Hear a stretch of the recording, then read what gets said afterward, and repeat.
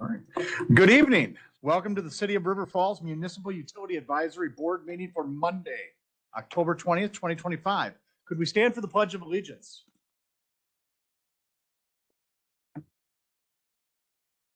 Pledge allegiance to the flag of the United States of America and to the republic for which it stands, one nation, under God, indivisible, with liberty and justice for all. Thank you. All right, Lene, we don't exactly have a lot to unpack this evening. Can we get a roll call? Absolutely. Amundson, Here. Bjork, Gardner, Here. Klecker, Lick, Present. Morset, Here. Toom. Here. All right, thank you, Lene. Looking for an approval of the minutes of the UAB meeting from September 15th. Can I get a motion? I'll make a motion. Second. Second. All those in favor? Aye. All right, minutes are approved. This is the point in the meeting when Mr. Hanson or Ms. LaRue come up and have a conversation. So why don't you come on up and you guys know the drill. Oh. Sure. You're welcome to it, sir. The last time at the city council meeting, Diane O'Dean, who usually keeps their time, wasn't here, and the mayor was keeping time, and I asked him too if I could. Oh, the mayor made me keep time. Yeah, if I could stretch it out a little bit. I just had a short minute. Thank you for the opportunity to speak with you. I appreciate it. I'm William Hanson, N8723, 1025th Street, River Falls. Good news this week has included a number of newspaper and radio reports of a study published in the October 10th, 2025 issue of Science Advances by a team of state, federal, and University of Wisconsin researchers, comparing the difference between fishing and warming on more than 500 different fish population groups studied over 4 decades in Minnesota and Wisconsin. This study included both warm and cold water species. Researchers found that fishing has a far greater impact than warming on the study fish populations. Perhaps here in River Falls, rather than wasteful spending of tax and utility ratepayer money for dam removal, we could consider upgraded fishing guidelines as the best and most economical long-term fish population management tool for the Kinney. Thank you for your time and your service. Thank you. All right, moving along. Kevin, are we ready for some reports, sir? We are. So we're excited to have Joe Daggett, the CFO of WPPI Energy, here today to give a little presentation about WPPI Energy and stand for questions and comments and concerns. So Joe, the floor is yours. Thanks for taking the drive up late this afternoon to hear a little bit more about WPPI Energy and how we're working together with them.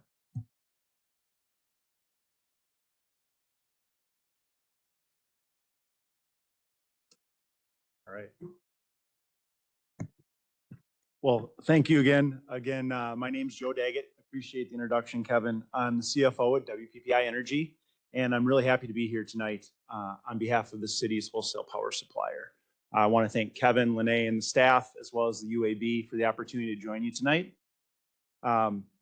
Really, as a member and owner of WPPI, the city has a vested interest in our joint action agency. So tonight I'm here to provide some overview and some key business updates. And please, at any time, if you have questions, feel free to interrupt me and ask them.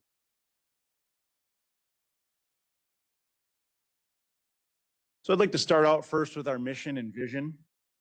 Really grounds our purpose in helping our members and their customers. In terms of our mission, WPPI was formed around 3 main areas: providing reliable, affordable, and responsible wholesale electric power, providing forward-thinking programs and services, as well as effective energy policy and advocacy. Together, these functions support our overall vision, which is working together through joint action to help our communities thrive. To steal a note from one of our colleagues, you could really just stop there in the first three words when it says help member utilities. So if you need a takeaway there, that's really what WPPI Energy is working and about. So perhaps new for some of you, maybe familiarity with others. Here's an overview of WPPI today. Our 51 customer-owned electric utilities represent 41 members from Wisconsin, 7 members from the Upper Peninsula of Michigan, and 3 members from the state of Iowa. We were formed by a group of utilities wanting to gain control over their power costs and have greater access and bargaining power. Having been formed in 1980, we most recently celebrated a milestone anniversary of 45 years, as did River Falls as a founding member. So that took place last month. And again, because we are owned and governed by the communities we serve, all 51 members have a seat on our board. That board delegates operational governance to a group of 11 elected member executive committee. I'd like to thank Kevin at this time for his continued service on our executive committee. Kevin's also the chair of our Rate Services Advisory Group, a former member of our Finance and Audit Committee, and last but not least, the MC of our WPPI Awards Committee. And then just a few notable highlights there from a system aspect. Peak demand, a little over 1,000 megawatts combined for the WPPI members, as well as on the financial end, the members have built up a strong financial background here with total assets around $760 million. And our budget for 2025 was around $500 million.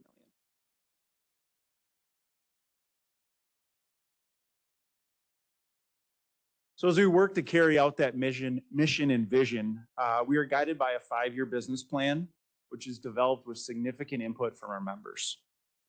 Our top initiatives in 2025, and areas I'll provide some more insight on today, center around planning for future power supply resources, preparing for continued transmission investment, and continuing to deliver services, support, and advocacy for our members.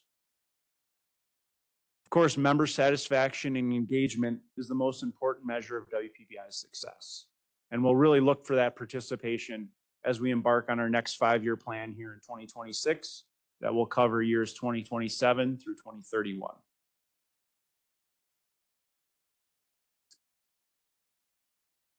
So before I get into the business updates, I'd like to share some information on costs.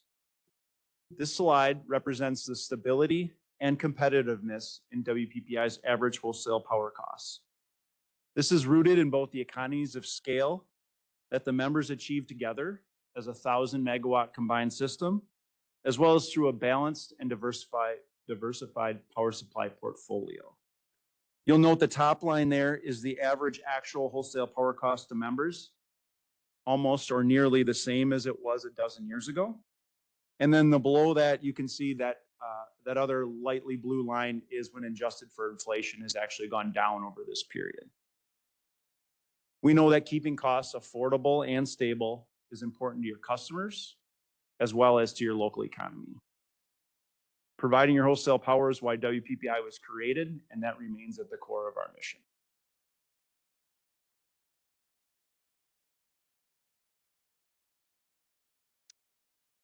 So as I mentioned, the diversity of our power supply portfolio is a key strength that helps limit cost volatility for our members. This map is an illustration of that mix by location, by fuel type, as well as different terms and structures. We also make purchases from the regional energy market. And as a result of that diversity, we are not overly exposed to risks with changing fuel sources or technologies. And it also helps mitigate swings in market and gas prices on your utility's wholesale power bill. Together through WPPI, our membership invests in a more diverse portfolio of resources than one community could do on its own. And this long-term planning approach helps keep costs competitive, stable in the long term. So, question. Yeah. So the overall peak demand is a little over 1,000 megawatts. What, just for context, what's River Falls's So, an average. so to speak. sure, our averages is in the daily loads are in the low 20s for megawatts. Our all-time peak load is right around 31 megawatts.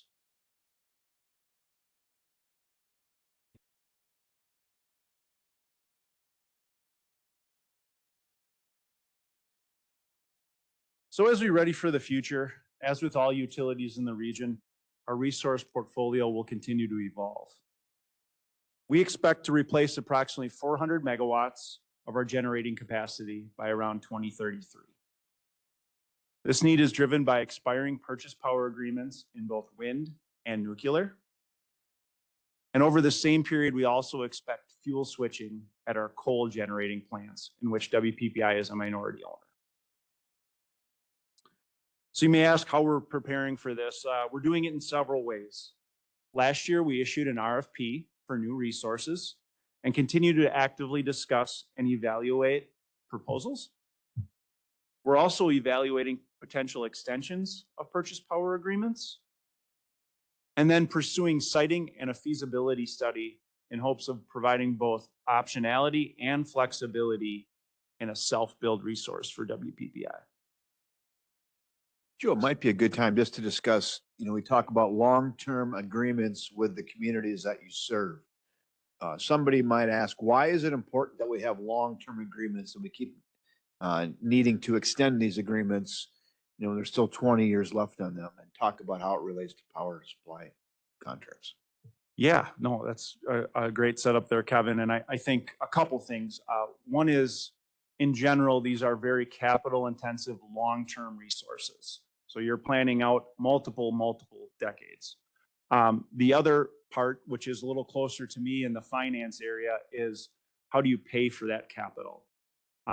And to finance those resources, we use those long-term contracts as the ability to backstop our financing of the capital needs of the business. So to expand on that, I remember, I don't even remember how many years ago it was now. I know that WPPI came to us and said, we need you to sign a 40-year power supply agreement because they were in the process of building a new plant. I can't remember which one. Was it Point Beach or was it Elm Road or anyway? It was probably either Elm Road or the extension or I'm sorry, not an extension, purchase power agreement for a gas resource called the Nelson unit. So we signed that and I was kind of reluctant to do that because I'm committing 40 years down the road. I may not even be here in 40 years. What can we expect to see or have to entertain from WPPI as we go forward? What other agreements are we going to be asked to review or consider? And you're talking about your member contract? Your member contracts. That will be a really important part of, I mentioned the new business plan initiative here beginning in 2026. And as we go out to the membership, talking about member contract extension and the relative term of that will be a key focus and engagement point for us. So more to come, but I think that's something that we're definitely going to have commentary about. Okay. And I'll even be a little more bold to say, I wouldn't be surprised if some of our preliminary discussions, if it's in the next 5 years. Okay. That will Maybe be asked to extend that. Yeah, maybe by 2030, potentially. And maybe here we'll do this play off of what Kevin said. This will work perfectly. We mentioned that we're going to replace a lot of generation as we get towards the end of the decade. I'll get into it here a little bit that our need is manageable in the short term, but as we get later on in the decade and early 2030, we're going to need additional resources that are really going to come in the form of long-term, greater than 10, 20 years. Okay.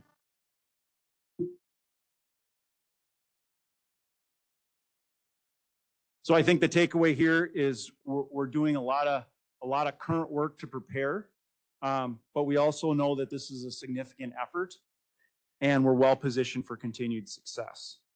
I mentioned our present day resource needs are manageable, as well as we have the debt capacity to take on beneficial opportunities. So our debt goes out to 2037, which was to go back the last original expiration of those contracts. However, your member contracts go out to 2055. So we have no debt between 2038 and 2055. So that the membership has allowed us to do that in order to build up some capacity for future needs. And then lastly, we have a lot of experience in long-term resource planning.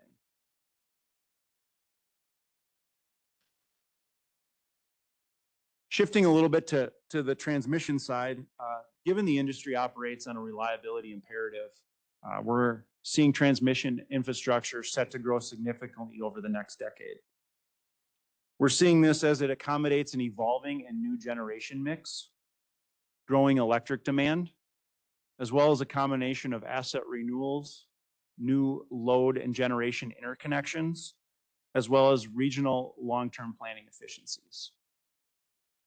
As this happens, transmission costs will increase and become a larger part of our wholesale costs. However, owning the transmission system is another way in which WPPI keeps costs down. By flowing the returns back to members, we help to offset roughly 2 to 3% of your wholesale power costs.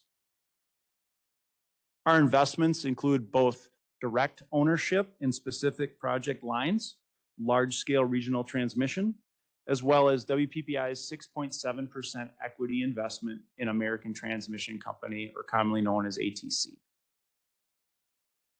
Between the two, the membership have built an investment around $200 million in transmission, and we expect additional opportunities as this build-out continues.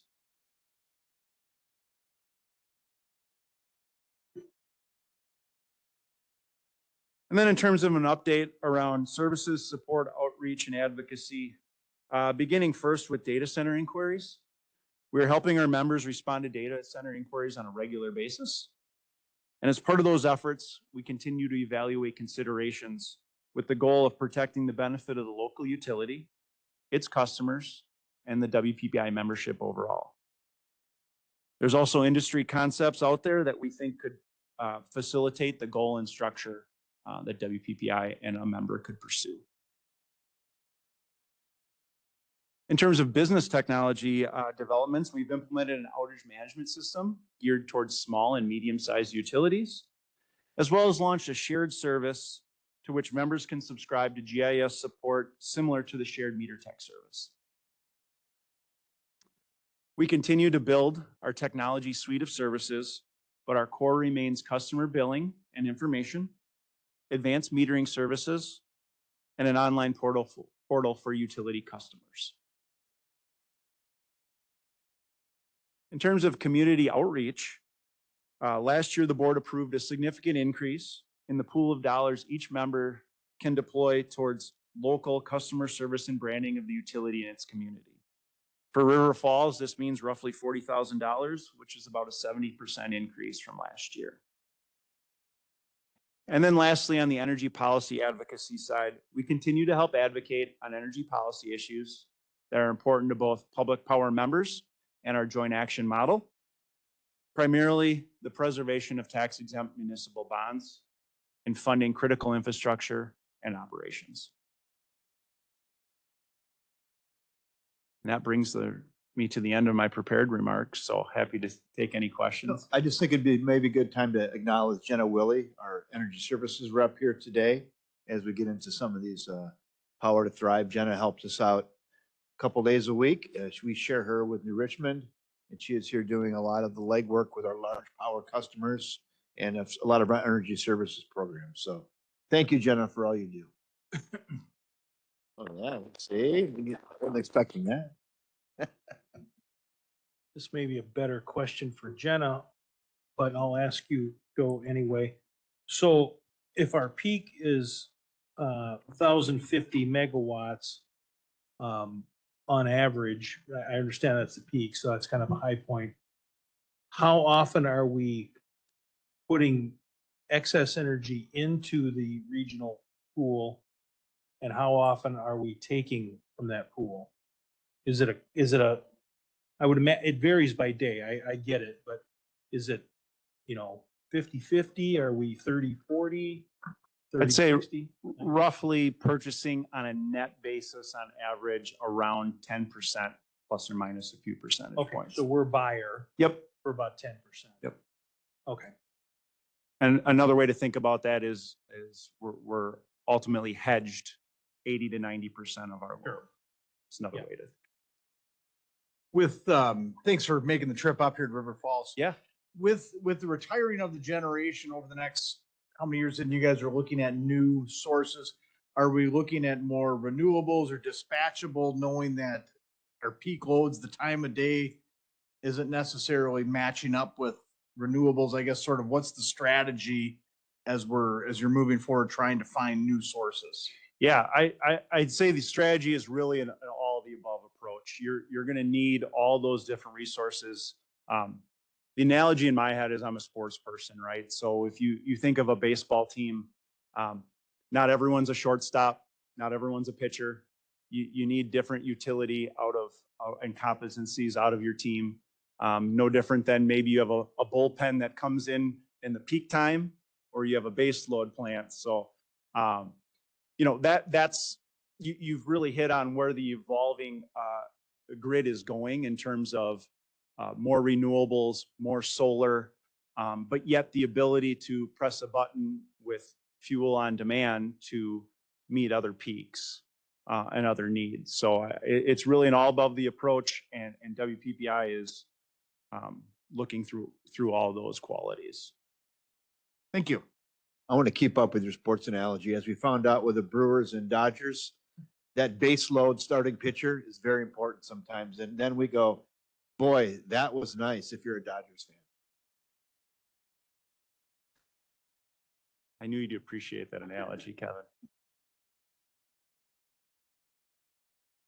And maybe, just our fuel mix currently, or as of 2024, is roughly 32% coal, about 25% renewables, and that's split between renewables that we quote unquote have the RECs for and renewables that we buy out of where we've sold the RECs off.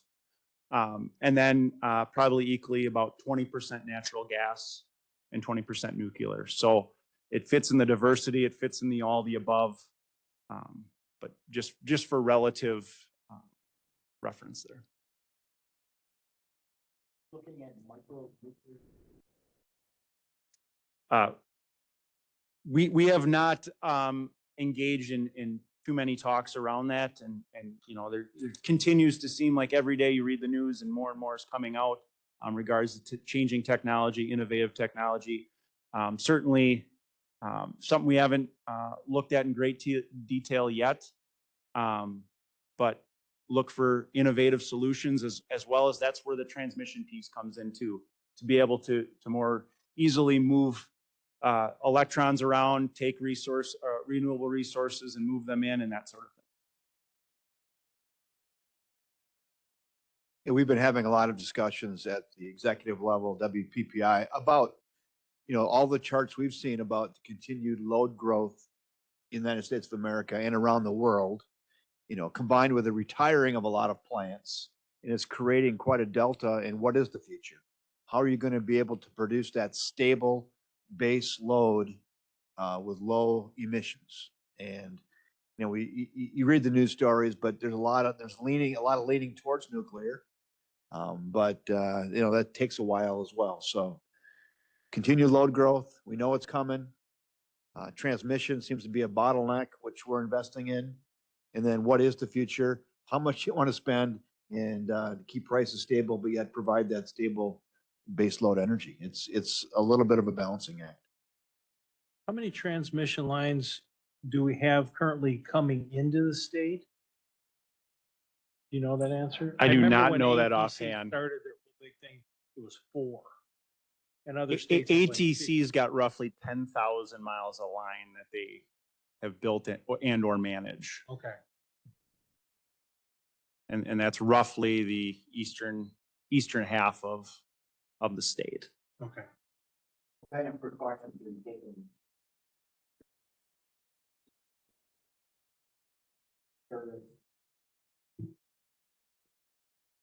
Being involved in that. Yeah, so WPPI's, to the extent it owns plants, we're a minority owner, all except one plant, the Island Street plant, in which WPPI is 100% the owner. We contract out all the operation of those plants to either the majority owner or another entity. So we work closely with our partners. I don't have the specifics on that, but I'm sure that they're amongst plant safety and cyber and all those things, that it's things that we're broadly looking at. So Joe, I'll give you a softball question just for educational purposes. So there'll be many folks asking this question. So why does WPPI invest in transmission? Why is that important to our business model? I thought that would be a little easier one when you prefaced it at softball, but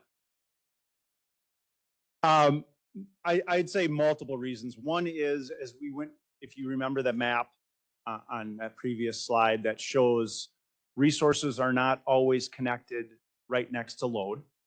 So we need an avenue for which by we can deliver effectively generation to load. And then two, WPPI invests in that, as I highlighted, to provide some returns and an ability to hedge transmission costs to our members. There's a pretty healthy rate of return from the transmission capacities. Can we talk about that at all? Sure, or not? sure. Yeah.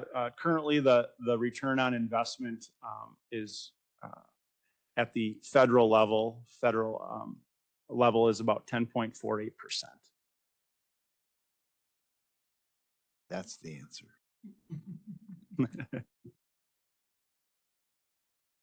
I'm super confused. Apparently I don't know as much as I thought I did about any of this stuff. Josh, there'll be a quiz in about 4 minutes. I've been kind of dumbfounded by this whole thing. Forgive me, you probably already answered it. You lost me a while ago. We agreed to a 40-year contract. How many years ago? I think it was 10 years ago.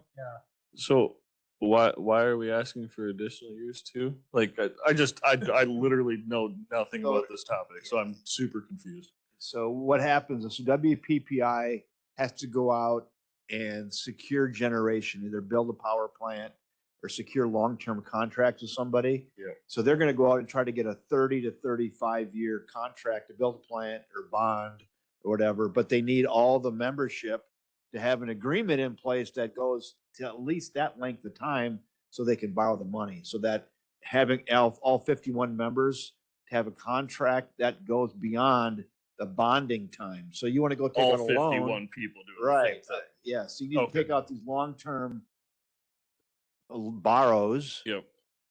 And the only way you can do that securely is to have all your members with an agreement that they're going to be a partner beyond that time. Gotcha. Okay.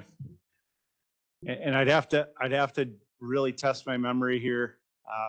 Maybe we had that contract extension in 2015 or 16, and what that did is it extended your contract from 2037 an additional 18 years to 2055. So in about another 5 years, 4 or 5 years, we'll probably WPPI would probably be back to go. Hey, we need another 15 years. So we can go out and borrow some money, keep the lights on. All right. Thanks.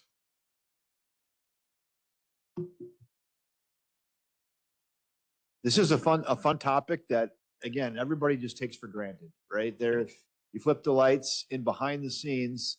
WPPI has what, about 110 employees, something like that? Yeah, we're 120. 120 employees now. Is that all over the state? The majority are just in one location in Sun Prairie, and then we have our energy service managers like Jenna, who are throughout the state, and then we provide various metering and other services that get dispersed throughout as well. Cool. They have a team of 5 to 7 people who every day they watch the weather. They're talking to the MISO market, the mid-continent market, buying and selling energy, planning. It's a daily, 24 hours a day, 7 days a week to ensure that the electrons are delivered to every member every day without interruption. Then they combine with Wayne, CyberLink, and every local distribution organization, make sure every pole, every wire, every transformer is ready to go to deliver. So securing the main energy, getting it to the communities, communities take it and deliver it to every house and business. And then a squirrel shows up and wrecks the whole. Wrecks the thing. whole thing. 62% of the time, yes. We had one today. Yeah, I guess I did have just one other question as we talk about data centers and knowing that it's really been a hot topic of what's going down in Pleasant Prairie, Caledonia, Manitowoc. Obviously, you're talking about customers that bring massive loads. And you're talking small member communities. When you look at 51 communities across the state, nobody is that big of a community. You're talking loads that could potentially bankrupt a utility should that data center come and go, whatever happens. How is WPPI helping the member community make appropriate decisions about what is going to be right for their community? Do we have a duty to service them? I guess where do we fall into this mix? Yes, all the answer to above, yes. Okay. No, I'm just, no, I mean, you've laid out a lot of the hard questions and considerations that, you know, we're trying to support as best we can on providing our members first with information, right? Information is key. And then what we can gather from working with multiple members is how we can maybe come up with a solution or a model in partnering with our member utility that, again, I think speaks to what you hit on most is that protection, right? It's protection for the utility and the infrastructure that it has to undertake, as well as protecting its other ratepayers.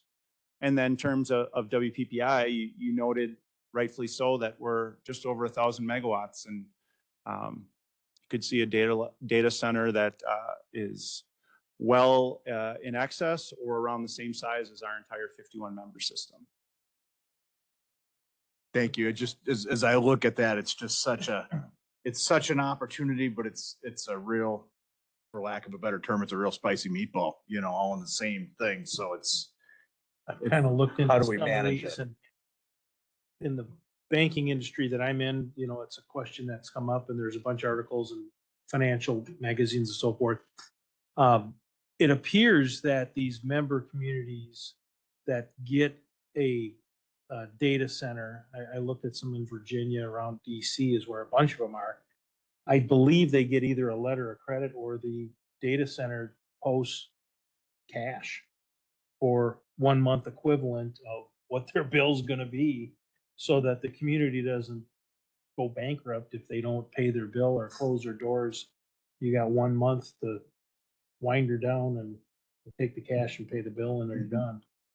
So there's a, it seems to be that's the most common thing that happens, is they post a letter of credit, or they post a bond, or they post cash. Yeah, risk mitigation is the game with all of that.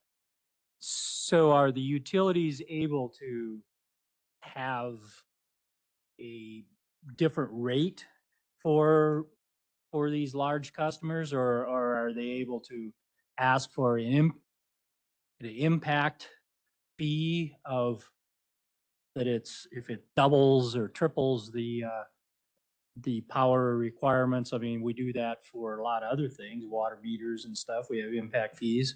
That might be a Kevin question, but my first reaction would be PSC is gonna dictate that. Let us do or don't do whatever we can, I think.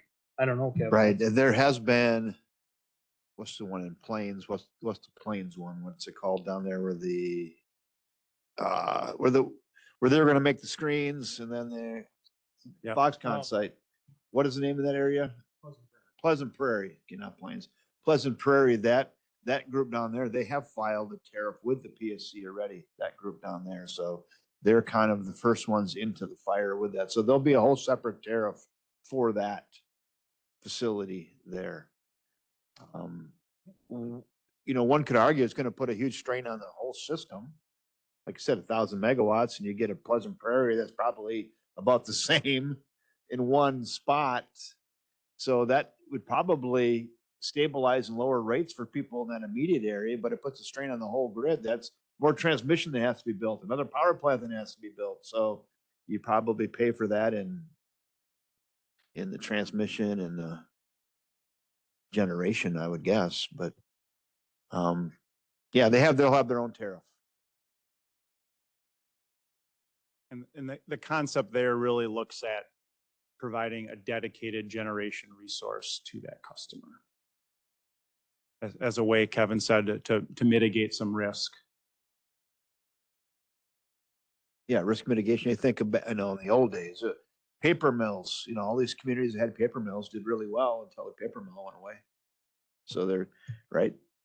So it's risk mitigation. You get too many eggs in one basket, but there's ways to mitigate risk. I know around the country people are doing it, and they are mitigating risk. You have to. You have to.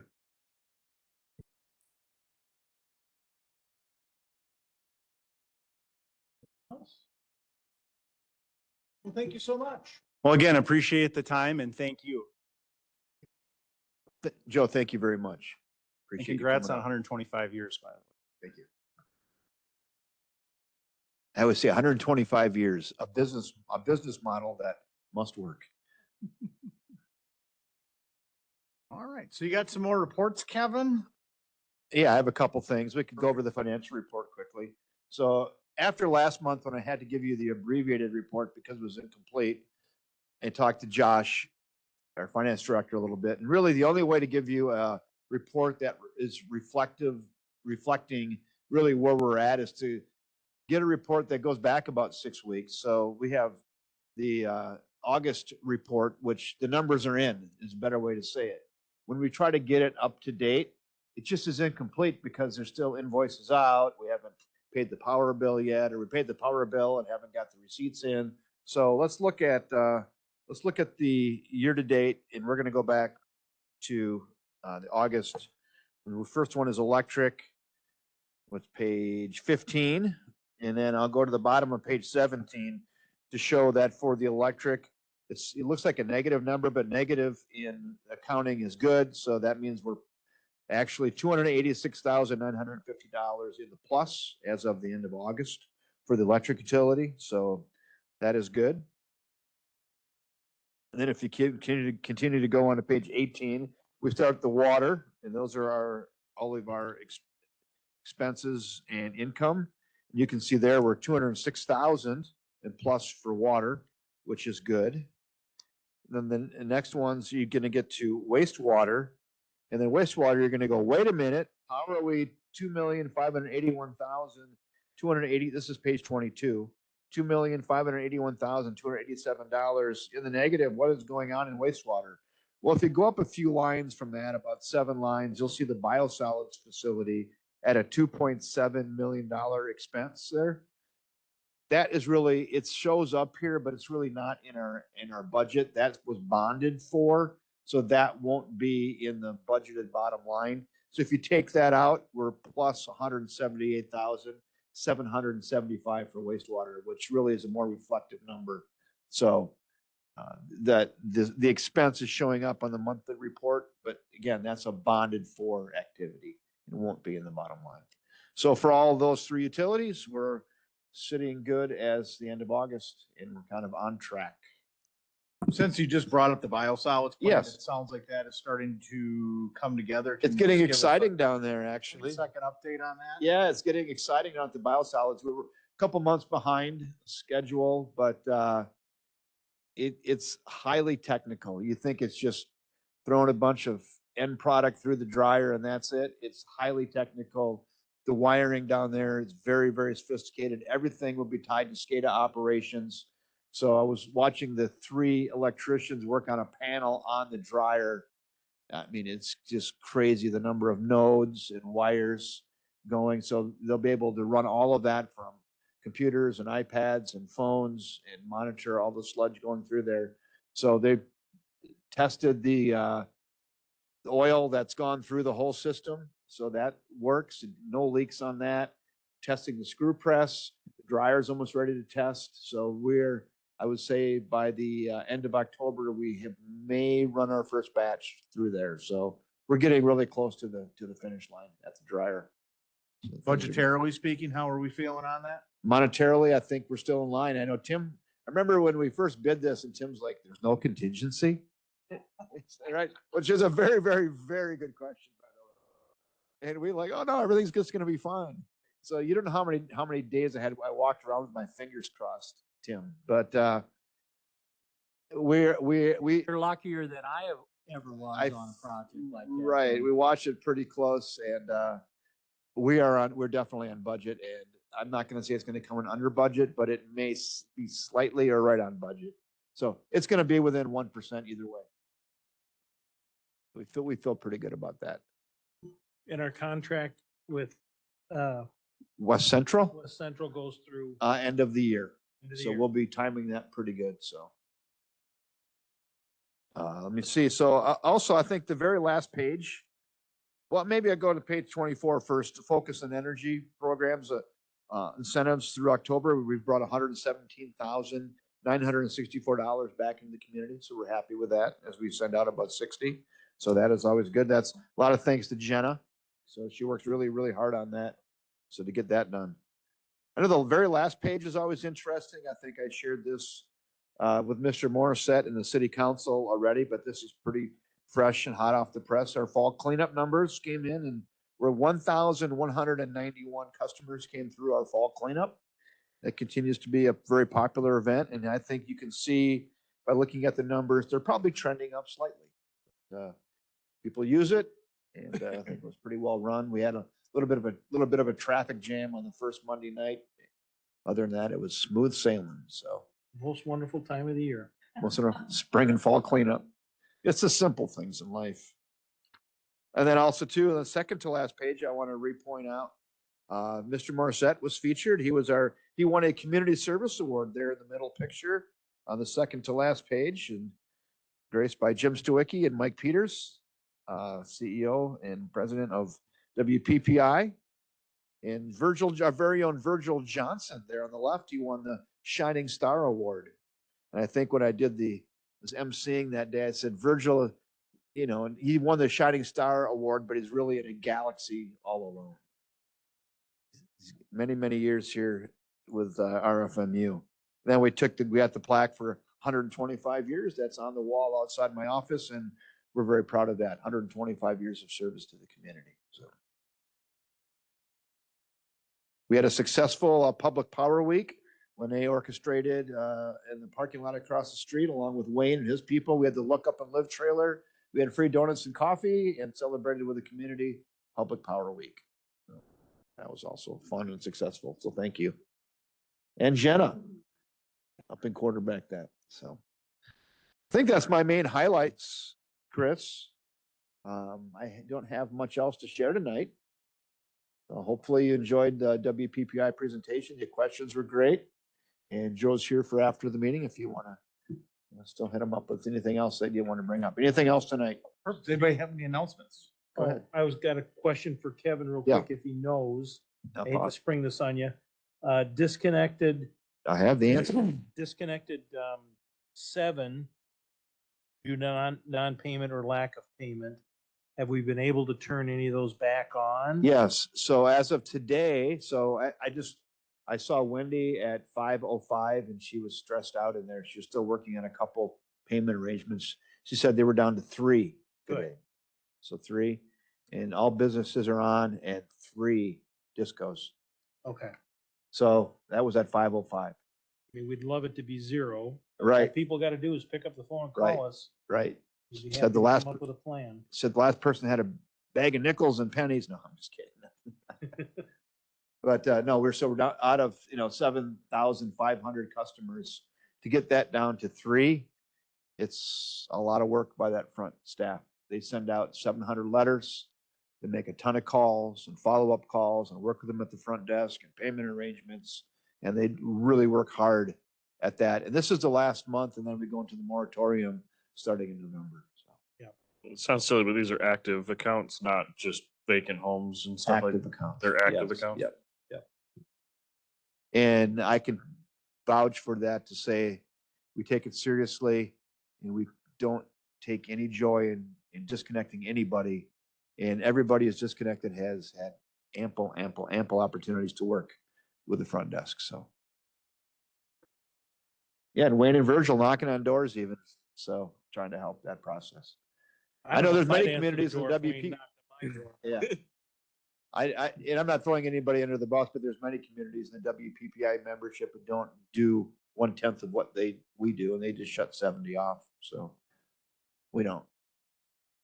So, just our, I'm happy to hear that. I wish we could get those last three, but Yeah. I'm happy to hear the effort and I appreciate it. yeah, good question. So I'm done. That's all I have, Chris. Okay, so looking for a motion to adjourn. All motion. Second. All right, meeting's adjourned. Thank you.